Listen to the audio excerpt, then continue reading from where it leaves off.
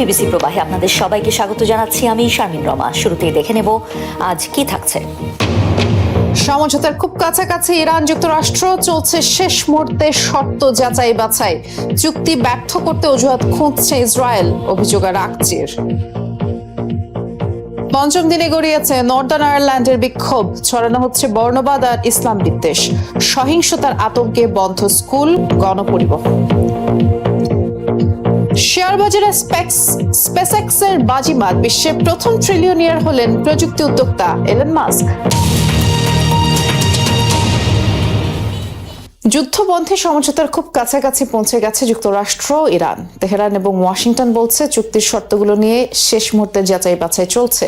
আর এমন পরিস্থিতিতে ইরান বলছে সমঝোতার জন্য যেসব প্রতিশ্রুতি দিয়েছে যুক্তরাষ্ট্র সেগুলো বাস্তবায়নের কোনো বিকল্প নেই। যদিও ইসরায়েল বলছে এই চুক্তিতে কোনো সম্পৃক্ততা থাকবে না তেল আবিবের। দফায় দফায় বৈঠক আর এর মাঝে পাল্টাপাল্টি হামলা, সব মিলিয়ে বারবার শঙ্কার মুখে ইরান ইসরায়েল বহুল আলোচিত সমঝোতা চুক্তি। গেল বৃহস্পতিবার ইরানের উপর পূর্ব পরিকল্পিত হামলা বন্ধের ঘোষণা দেন মার্কিন প্রেসিডেন্ট। এর ফলে সম্ভাবনা দেখা দেয় যুদ্ধবন্ধে সমঝোতা চুক্তির। এবার তেহরান ওয়াশিংটনের বরাত দিয়ে আন্তর্জাতিক বিভিন্ন গণমাধ্যম বলছে চুক্তির খুব কাছাকাছি রয়েছে দুপক্ষই। সম্ভাব্য চুক্তি স্বাক্ষরের পর নতুন কোনো যুদ্ধ শুরু না করার অঙ্গীকার করবে যুক্তরাষ্ট্র ইরান। এরপর 60 দিনের মধ্যে দ্বিতীয় ধাপের আলোচনা শুরু হবে, যার লক্ষ্য হবে একটি চূড়ান্ত সমঝোতায় পৌঁছানো। যদিও ইরানের হুঁশিয়ারি, প্রতিশ্রুতির ব্যত্যয় হলে বাতিল হয়ে যাবে চুক্তি। যে প্রতিশ্রুতি দেয়া হচ্ছে তা অবশ্যই বাস্তবায়ন করতে হবে। এখানে কোনো যদি কিন্তু তবে থাকার সুযোগ নেই। সমঝোতা এবং চুক্তি বাস্তবায়নে এর কোনো বিকল্প নেই। এদিকে ইসরায়েল বলছে চুক্তির সাথে কোনো ধরনের সম্পৃক্ততা থাকবে না তাদের, ফলে বন্ধ করবে না লেবাননে হামলাও। নিজেদের বিষয়ে নিজেরাই সিদ্ধান্ত নেবে তেল আবিব। যুক্তরাষ্ট্র ইরান চুক্তি ব্যর্থ করতে নানা অজুহাত খুঁজছে ইসরায়েল, এমন মন্তব্য করেছেন ইরানের পররাষ্ট্রমন্ত্রী আব্বাস আরাকচি। শুক্রবার ইরানের রাষ্ট্রীয় টেলিভিশনকে দেয়া সাক্ষাৎকারে জানিয়েছেন আগামী কয়েকদিনের মধ্যেই সমঝোতা স্মারক স্বাক্ষর হতে পারে। চুক্তির বিষয়বস্তু নিয়েও খোলাসা করেছেন তিনি। আবারও জানিয়েছেন লেবাননকে একা ফেলে কোনো চুক্তি করবে না ইরান। যুক্তরাষ্ট্র ইরান চুক্তি নিয়ে অনিশ্চয়তা যখন তুঙ্গে, তখন ইরানের পররাষ্ট্রমন্ত্রী জানালেন চুক্তির সম্ভাবনা এর আগে কখনোই এতটা কাছাকাছি পৌঁছায়নি। ইসলামাবাদ মেমোরেন্ডাম নামে প্রস্তাবিত সমঝোতা স্মারক নিয়ে অনেক কিছুই খোলাসা করেছেন রাষ্ট্রীয় টেলিভিশনে দেয়া সাক্ষাৎকারে। জানিয়েছেন লেবানন সহ সব ফ্রন্টে যুদ্ধবন্ধের বিষয়টি অন্তর্ভুক্ত রয়েছে খসড়ায়। বহুবার বলেছি, এই যুদ্ধে আমরা কখনোই লেবাননকে ভুলে যাইনি, কারণ লেবানন এবং হিজবুল্লাহ যে কোনো অবস্থায় ইরানের জনগণের পাশে থেকে যুদ্ধ করেছে এবং আমরা তাদের কখনো একা ছেড়ে দেব না। আরাকচি সাফ জানিয়ে দিয়েছেন প্রথম ধাপের চুক্তি বাস্তবায়িত না হলে কোনো পারমাণবিক আলোচনা শুরু হবে না। বর্তমান পরিস্থিতিতে পারমাণবিক কর্মসূচি নিয়ে আলোচনা অসম্ভব ছিল।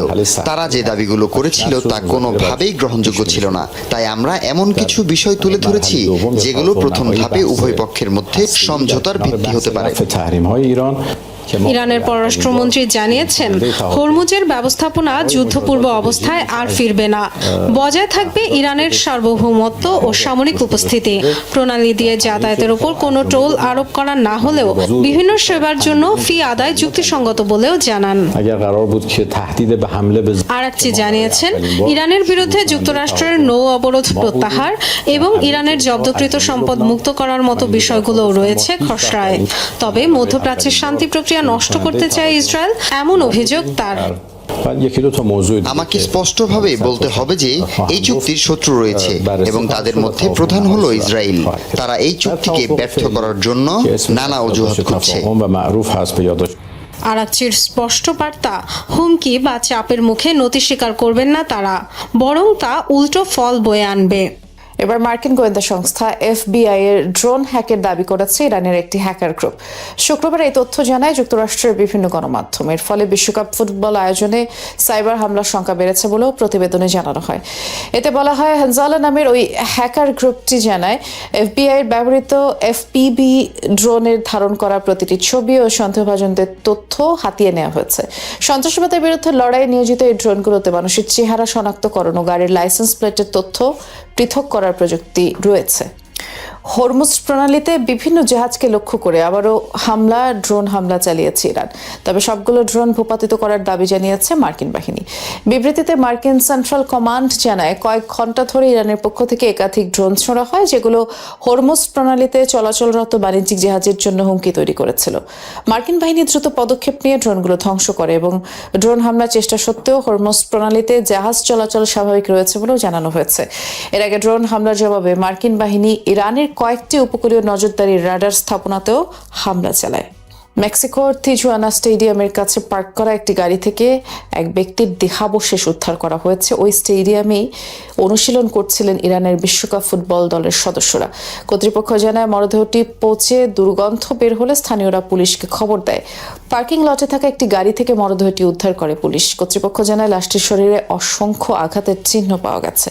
নিরাপত্তাজনিত কারণে ইরানের ফুটবল ফেডারেশনের 15 জন সদস্যকে দেওয়া হয়নি মার্কিন ভিসা, যার ফলে শেষ মুহূর্তে দলটি তাদের অনুশীলন কেন্দ্র অ্যারিজোনা থেকে তিজুয়ানা স্থানান্তর করতে বাধ্য হয়।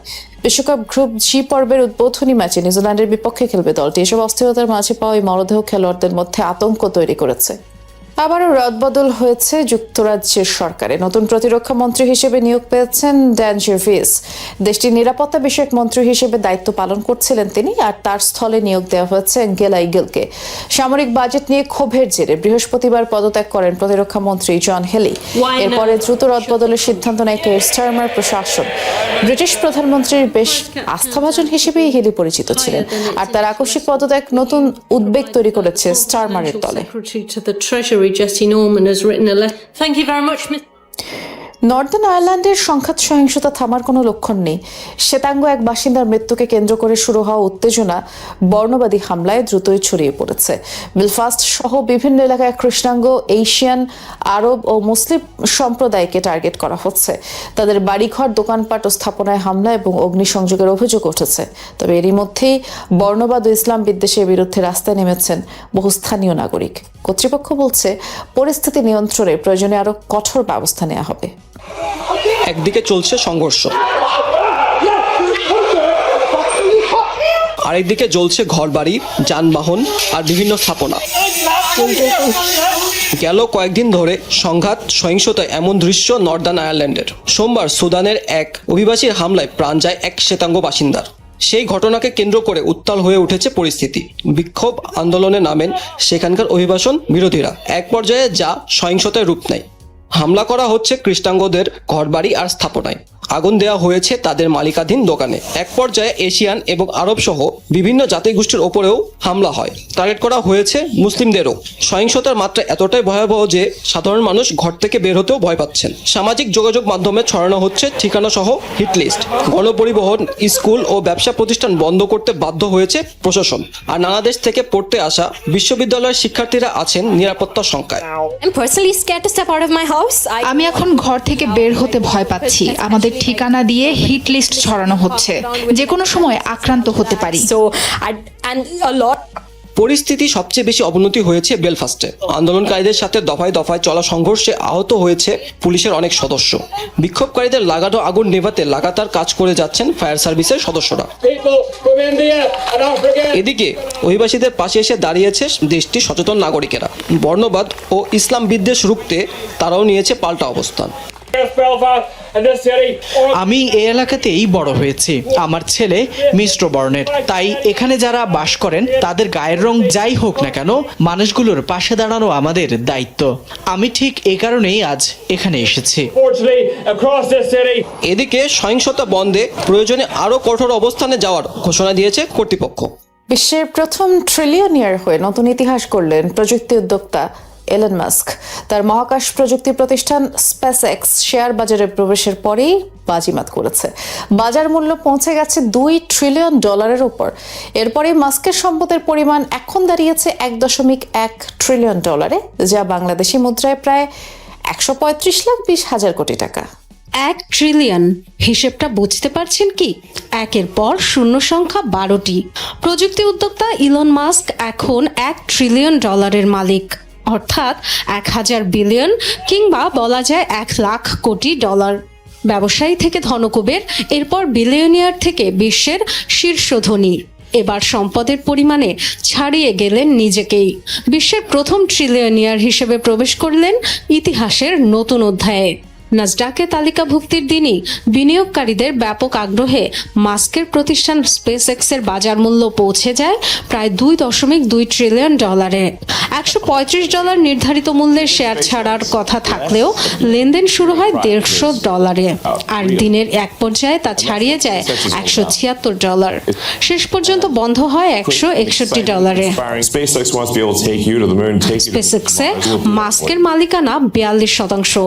ব্লুমবার্গের তথ্য অনুযায়ী কোম্পানিটিতে তার শেয়ারের বর্তমান মূল্য প্রায় $767 বিলিয়ন। এছাড়া আরেক জায়ান্ট প্রতিষ্ঠান টেসলার $168 বিলিয়ন শেয়ারও রয়েছে তার।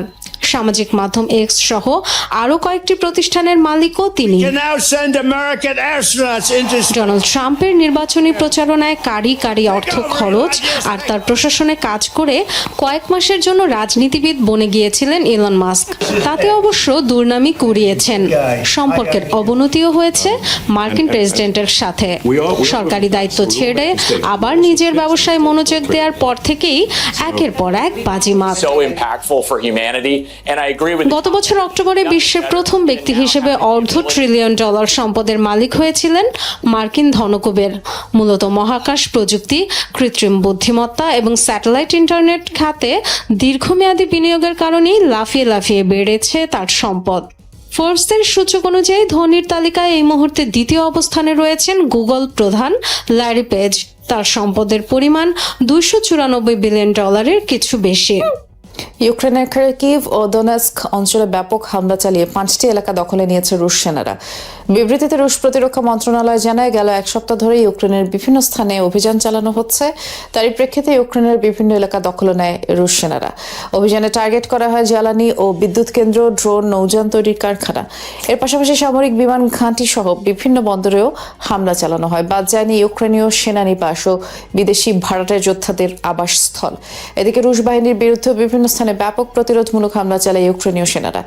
রাশিয়ার অস্ত্র সরবরাহ কারখানা ও তেল শোধনাগারেও ড্রোন হামলা চালানো হয়। এতে আগুন ধরে যায় বিভিন্ন স্থাপনায়। যুদ্ধক্ষেত্রে বিমান ও ড্রোন নিয়ন্ত্রণে স্যাটেলাইট তৈরি করছে রাশিয়া, এমনটি জানিয়েছেন রুশ প্রেসিডেন্ট ভ্লাদিমির পুতিন। শুক্রবার রাশিয়া দিবস উপলক্ষে ইউক্রেনে লড়াইরত সেনা সদস্য সামরিক কর্মকর্তাদের সাথে বৈঠক করেন তিনি। বলেন, এরই মাঝে কৃত্রিম উপগ্রহের নেটওয়ার্ক স্থাপনে কাজ শুরু করেছে রুশ মহাকাশ গবেষণা সংস্থা।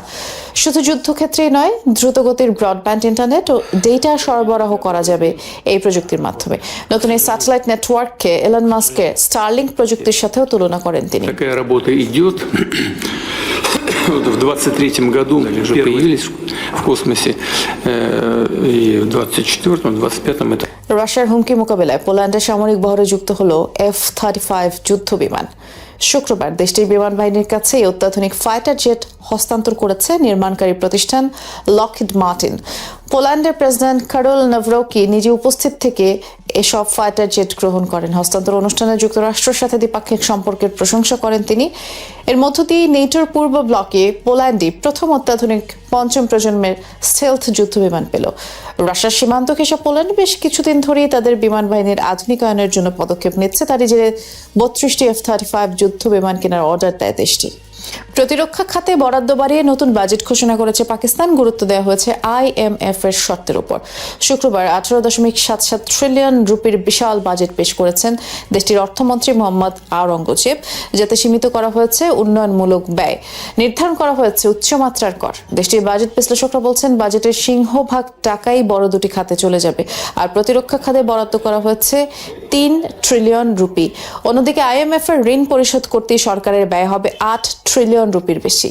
এর ফলে সরকারকে সামাজিক ব্যয়ের তুলনায় বেশি রাজস্ব আদায় করতে হবে। এর ফলে জনকল্যাণমূলক ব্যয় কমে যাবে। সংবিধান সংশোধনের প্রতিবাদের জেরে বিক্ষোভে উত্তাল আফ্রিকার দেশ কঙ্গো। তৃতীয় মেয়াদে ক্ষমতায় থাকতে সম্প্রতি দেশটির পার্লামেন্টে সংশোধনী আইন পাশ করে ক্ষমতাসীন সরকার, আর এরই জেরে শুক্রবার অবস্থান কর্মসূচির ডাক দেয় বিরোধী দল। কোয়ালিশন আর্টিকেল 64 এর ব্যানারে পার্লামেন্টের সামনে বিক্ষোভকারীরা জড়ো হয়। এ সময় সরকার বিরোধী স্লোগান দিলে পুলিশ তাতে বাধা দেয়। মুহূর্তেই রণক্ষেত্রে পরিণত হয় স্থানটি। দফায় দফায় চলে আন্দোলনকারী নিরাপত্তা বাহিনীর সংঘর্ষ। বিরোধী দলের নেতাসহ অনেকেই আহত হয়।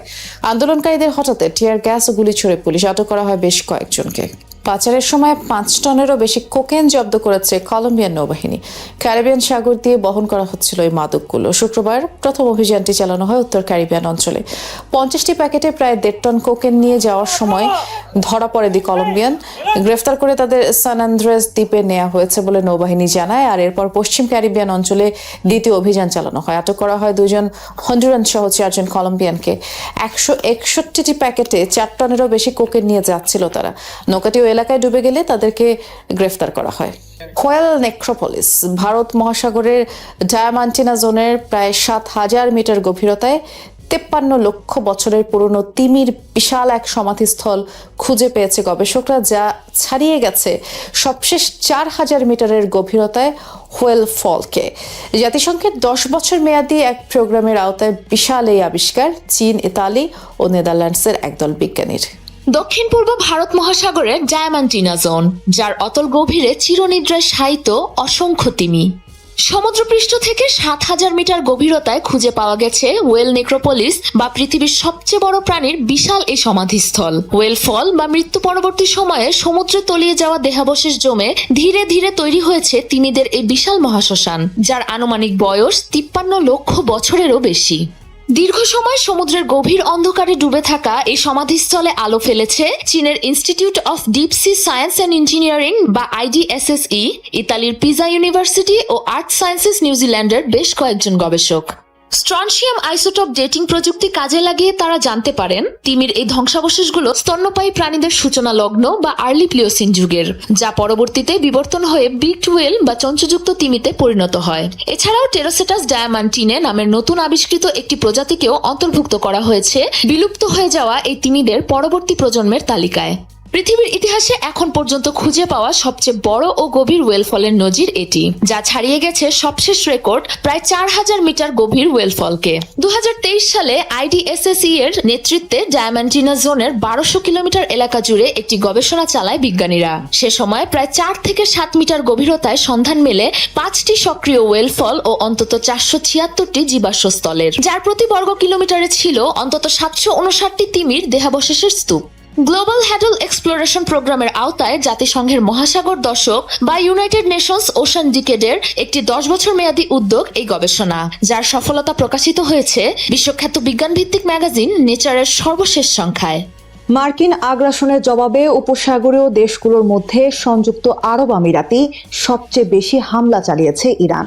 ইসরায়েলের আয়রন ডোম কিংবা মার্কিন আকাশ প্রতিরক্ষা ব্যবস্থাও দেশটিকে হামলা থেকে বাঁচাতে পারেনি। হামলার তীব্রতা এতটাই বেশি ছিল যে দুবাইয়ের বিলাসবহুল হোটেলগুলো প্রায় ফাঁকা হয়ে যায়। ধাক্কা খায় নিরাপদ ব্যবসা কেন্দ্র হিসেবে আমিরাতের ভাবমূর্তি। এ অবস্থায় তাই বাধ্য হয়ে ইরানের সঙ্গে সমঝোতা করেছে আবুধাবি। আটকে থাকা ইরানের কয়েক বিলিয়ন ডলার ছাড় দিতে রাজি হয়েছে সংযুক্ত আরব আমিরাত। 4টি সূত্রের বরাত দিয়ে বার্তা সংস্থা রয়টার্সের এক প্রতিবেদনে এমন দাবি করা হয়েছে, যেখানে 2টি সূত্রের বরাত দিয়ে বলা হয় সংযুক্ত আরব আমিরাত মোট 10 বিলিয়ন ডলার ছাড় দিতে রাজি হয়েছিল এবং এর মধ্যে 3 বিলিয়ন ডলারের বেশি ইতোমধ্যে ইরানের হাতে পৌঁছেছে। এই বিষয়ে অবগত আরো 2টি সূত্রের দাবি প্রকৃত অঙ্ক ছিল 20 বিলিয়ন ডলার। ইরানের হামলা বন্ধের বিনিময়ে এই অর্থ ছাড়ের সিদ্ধান্ত নেয় সংযুক্ত আরব আমিরাত। প্রথম ধাপে 3 বিলিয়ন ডলার ছাড় দিয়েছে দেশটি। তবে অর্থ ছাড়ের বিষয়টিকে নাকচ করেছে আমিরাতের পররাষ্ট্র মন্ত্রণালয়। এক বিবৃতিতে তারা জানায়, আন্তর্জাতিক গণমাধ্যমে ইরানে অর্থ স্থানান্তর বা রূপান্তরের যে খবর প্রকাশিত হয়েছে, বিশেষ করে 3 বিলিয়ন ডলার ছাড়ের দাবি, তা সম্পূর্ণ ভিত্তিহীন। আমিরাতের মাধ্যমে কোনো ইরানি তহবিল ছাড়, স্থানান্তর বা সরানো হয়নি। আলোচনা শুরু থেকে চুক্তির শর্ত হিসেবে আগে অর্থ ছাড়ের দাবি করে আসছিল ইরান। এর পরিপ্রেক্ষিতেই এই অর্থ ছাড় কিনা সে ব্যাপারে অবশ্য কোনো পক্ষই এখন পর্যন্ত কিছু বলেনি, বরং আলোচনা বেশ সংবেদনশীল হওয়ায় এই ব্যাপারে সব পক্ষই বাড়তি গোপনীয়তা বজায় রাখার চেষ্টা চালাচ্ছে। এদিকে আলোচনার ব্যাপারে অবগত একটি সূত্র জানিয়েছে, এই অর্থ ছাড়ের মাধ্যমে যুক্তরাষ্ট্র ইরান দুই পক্ষই নিজেদের লাল রেখা অতিক্রম না করে সমাধানের পথ খুঁজে পেতে পারে। ইরান দাবি করতে পারে যুদ্ধের ক্ষতিপূরণ আদায় করা হচ্ছে, অন্যদিকে ওয়াশিংটন বলতে পারবে তারা সরাসরি কোনো অর্থ দেয়নি, আর এই অর্থ ছাড়ের বিনিময়ে নিজেদের নিরাপত্তা নিশ্চিত করতে পারবে সংযুক্ত আরব আমিরাত। আন্তর্জাতিক ব্যবসা কেন্দ্র হিসেবে দুবাইয়ের অবস্থান ধরে রাখার পাশাপাশি এটিকে আঞ্চলিক আস্থা পুনর্গঠনের বিনিয়োগ হিসেবেও তুলে ধরতে পারবে। যুদ্ধবিরতির সময়টাতে যখন আলোচনার টেবিলে ব্যস্ত যুক্তরাষ্ট্র ইরান, তখন পর্দার আড়ালে চলছিল মার্কিন সামরিক বাহিনীর ভিন্ন এক পরিকল্পনা। বিমান হামলায় সফল না হয়ে ইরানের স্থল অভিযানের রণকৌশল সাজাচ্ছিল মার্কিন সামরিক বাহিনী। পরিকল্পনা ছিল ইরানের উচ্চ মাত্রায় সমৃদ্ধ ইউরেনিয়াম দখলে নেয়া। সব পরিকল্পনা যখন চূড়ান্ত, অপেক্ষা মার্কিন প্রেসিডেন্ট ডোনাল্ড ট্রাম্পের গ্রিন সিগন্যালের। তখন সেই পরিকল্পনায় জল ঢেলে দেন ট্রাম্প। কেন স্থল অভিযান পরিকল্পনা বাতিল করলেন ট্রাম্প? মার্কিন সংবাদ মাধ্যম সিএনএন জানিয়েছে, গত মে মাসে যুক্তরাষ্ট্রের সর্বোচ্চ সামরিক কর্মকর্তা জেনারেল ড্যান কেইন ব্রাসেলসে ন্যাটোর বৈঠকের মাঝপথেই দ্রুত প্রহরীরায় মার্কিন সেন্ট্রাল কমান্ডের সদর দপ্তরে যান। ইরানের সম্ভাব্য সামরিক অভিযানের বিস্তারিত পরিকল্পনা দেখানো হয় তাকে। পরবর্তীতে সেই পরিকল্পনার বিভিন্ন দিক ট্রাম্পের সামনে তুলে ধরেন তিনি। একই সঙ্গে ইরানের পক্ষ থেকে কেমন প্রতিক্রিয়া আসতে পারে, যুদ্ধ কতটা দীর্ঘায়িত হতে পারে এবং বিশ্ব অর্থনীতিতে এর প্রভাব কি, সে সম্পর্কে ট্রাম্পকে ধারণা দেন জেনারেল কেইন। এছাড়া এই অভিযানে উল্লেখযোগ্য সংখ্যক মার্কিন সেনা হতাহতের আশঙ্কার কথাও ট্রাম্পকে জানান তিনি। এতেই ইরানের স্থল অভিযানের পরিকল্পনা থেকে সরে আসেন ট্রাম্প। ইরানের স্থল অভিযান পরিকল্পনার লক্ষ্য ছিল দেশটিতে মজুতকৃত উচ্চমাত্রার সমৃদ্ধ ইউরেনিয়ামের দখল নেয়া। ইরানের কাছে প্রায় 970 পাউন্ড উচ্চমাত্রার সমৃদ্ধ ইউরেনিয়াম রয়েছে, যা পারমাণবিক অস্ত্র তৈরির উপযোগী পর্যায়ে খুব কাছাকাছি। ইস্পাহান, নাতাঞ্জ ও ফর্দোর মতো বিভিন্ন পারমাণবিক স্থাপনায় এসব ইউরেনিয়াম মজুত করে ইরান। এসব স্থাপনার অধিকাংশই পাহাড়ের নিচে গভীর সুড়ঙ্গের মধ্যে হওয়ায় ইউরেনিয়ামের অবস্থান শনাক্ত করা বেশ কঠিন। যুদ্ধ পরিস্থিতিতে সেগুলো নিরাপদে বের করাও প্রায় অসম্ভব। সেগুলো উদ্ধার করতে পরিকল্পিত অভিযানে হাজারো মার্কিন সামরিক উপস্থিতির প্রয়োজন। এই ঝুঁকি নিয়ে অভিযান সফল হলেও অনেক সেনা নিহতের আশঙ্কা ছিল। স্থল অভিযানে শুধু মার্কিন সামরিক বাহিনীরই ক্ষতি হতো এমনটি নয়, বরং এর দীর্ঘমেয়াদী প্রভাব ছিল অর্থনীতিতে। ইরানে মার্কিন সামরিক অভিযান শুরু হলে বাব আল মান্দা প্রণালী বন্ধের চেষ্টা চালাতো তেহরানের অনুগত হুতি গোষ্ঠী। সেটি বন্ধ হলে মুখ থুবড়ে পড়ার শঙ্কায় ছিল বিশ্ব অর্থনীতি। এর আজ থেকে রক্ষা পেত না মার্কিনীরাও। এতে নিজ দেশে তুমুল চাপের মুখে পড়তেন ট্রাম্প। তাই মধ্যবর্তী নির্বাচনের আগে নতুন করে চাপ বাড়ানোর চেয়ে সমঝোতাকেই শ্রেয় মনে করেছেন তিনি। সাময়িক যুদ্ধবিরতির সময় যুক্তরাষ্ট্র ইরান পাল্টাপাল্টি হামলা চালালেও আলোচনা ভেস্তে যায়নি, বরং দুই দেশই এখন চুক্তির দ্বার প্রান্তে পৌঁছেছে। মার্কিন প্রশাসনের দাবি, সমৃদ্ধ ইউরেনিয়াম ধ্বংস বা সরাতে হবে ইরানকে, পারমাণবিক কর্মসূচি থেকে সরে আসতে হবে, হরমুজ প্রণালী খুলে দিতে হবে এবং আঞ্চলিক প্রক্সি গোষ্ঠীগুলোকে অর্থায়ন বন্ধ করতে হবে। বিনিময়ে ইরানের উপর আরোপিত নিষেধাজ্ঞা শিথিল করা হবে। অন্যদিকে ইরানের গণমাধ্যমের দাবি, হরমুজ প্রণালীর নিয়ন্ত্রণ ছাড়তে রাজি নয় ইরান। যে কোনো চুক্তির আগে প্রায় $24 বিলিয়ন জব্দ করা ইরানি সম্পদ মুক্ত করতে হবে। এই অবস্থায় শেষ পর্যন্ত সম্ভাব্য সমঝোতা স্মারকে সই হয় কিনা সেটি এখন দেখার অপেক্ষা। সবাইকে শুভকামনা জানিয়ে আমি শারমিন রমা এখানে বিদায় নিচ্ছি। ভালো থাকবেন।